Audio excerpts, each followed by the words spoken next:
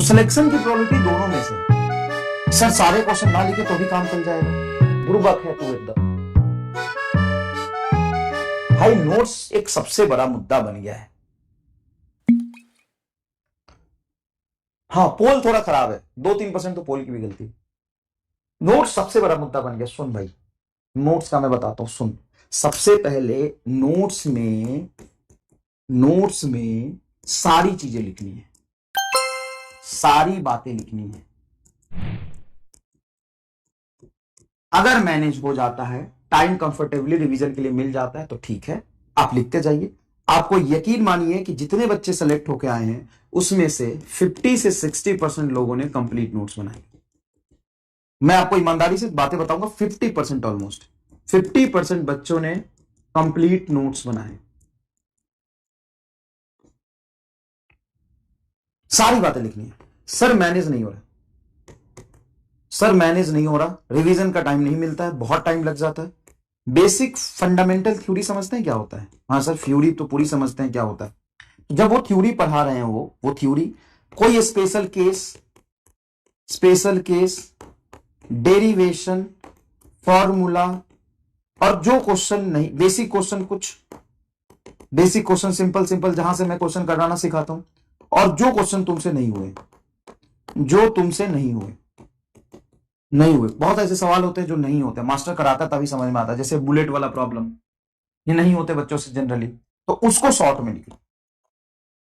Sir सारे question ना लिखे तो भी काम चल जाएगा, सारे क्वेश्चन नहीं लिखेंगे तो भी काम चल जाएगा। 50% लगभग ऐसे बच्चे सेलेक्ट होके आते हैं।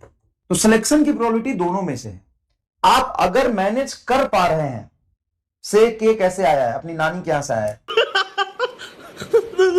तो 50% वैसे भी बच्चे आते हैं जिनका सिलेक्शन बिना नोट्स बनाए भी होता है, लेकिन वो ये काम करते हैं, और 50% इनका भी होता है।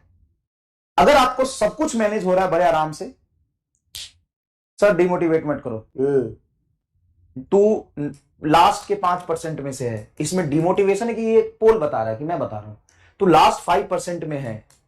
ये कौन बता रहा है? पोल की मैं, या तेरी कंडीशन, या तेरी सिचुएशन, ये कौन बता रहा है? लास्ट 5% में से ये मैं बता रहा हूं। साला मुझे क्यों गाली दे रहा है भगवान, मैं शरीफ आदमी हूं, जो सच बात है वो बता रहा हूं।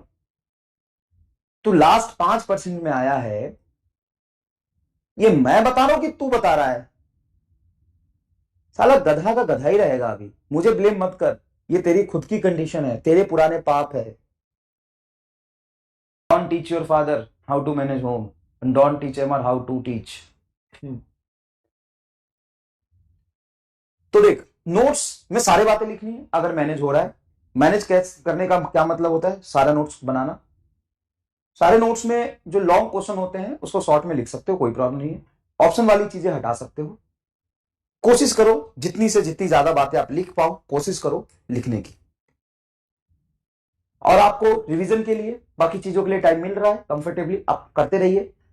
शॉर्टकट नहीं है। सिलेक्शन का मात्र एक ही रास्ता है, मेहनत मेहनत और मेहनत। मेहनत करेंगे तभी सक्सेसफुल होंगे, नहीं तो नहीं होंगे। चलिए ठीक है।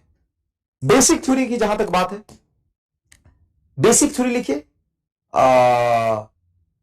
ये मैंने क्या लिख दिया? अच्छा, स्पेशल केस कुछ होता है जिसमें समझाते कि ये लगेगा नहीं लगेगा, बहुत सारे थ्योरेटिकल पॉइंट होते हैं, वो सारे। उसके बाद आप जो डेरिवेशन होते हैं, वो डेरिवेशन, ये सारी चीजें आपको लिखनी है।